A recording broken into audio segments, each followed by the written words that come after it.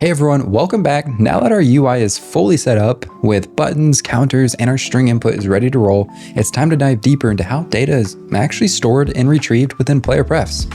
So one of the best ways to actually understand the static methods in PlayerPrefs is to really just look at an example like this. You can do SetInt, SetFloat, SetString, HasKey, GetInt, GetFloat, and all those. And then you can also delete the keys. We'll get to those later.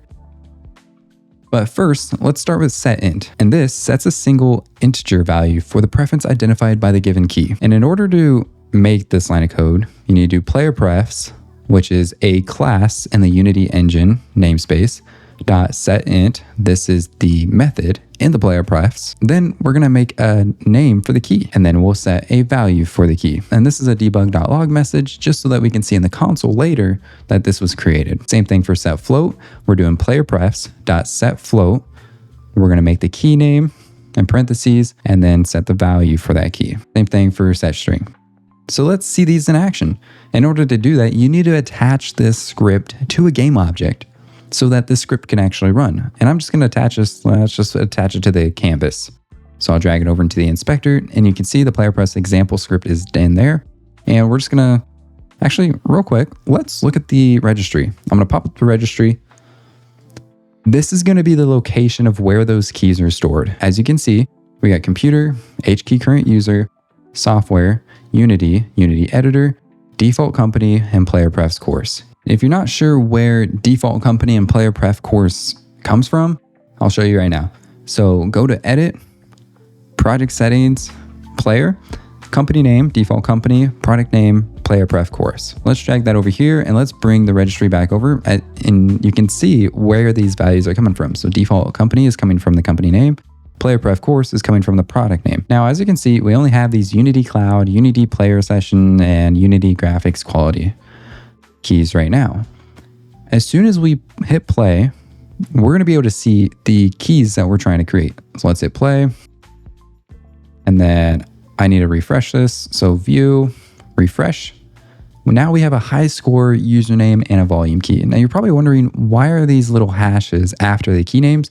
Well, Windows is case insensitive, meaning, for example, if we had a completely capitalized high score key name and a completely lowercase high score key name, Windows would treat those the same because Windows is case insensitive. But Unity, when it's saving these keys to the local system, it's doing some checking before saving, and it identifies that, oh, we're saving to a Windows computer. So in order to help distinguish key names, I'm going to add this little hash. And so that's why you have a little hash after this high score. So let's go back to the script and see the other methods that we can run.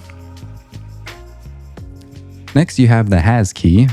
A good reason to use HasKey is making sure that the data actually exists before accessing it, so your game doesn't crash or return default values unexpectedly. As you can see, debug.log, and I'm pretty sure we even saw the console message here. There you go. HasKey, high score exists, which is true. Go ahead and check out the other ones. GetInt. We'll get the int values that correspond to the key in the player preferences. GetFloat will get float values. GetString will get string values.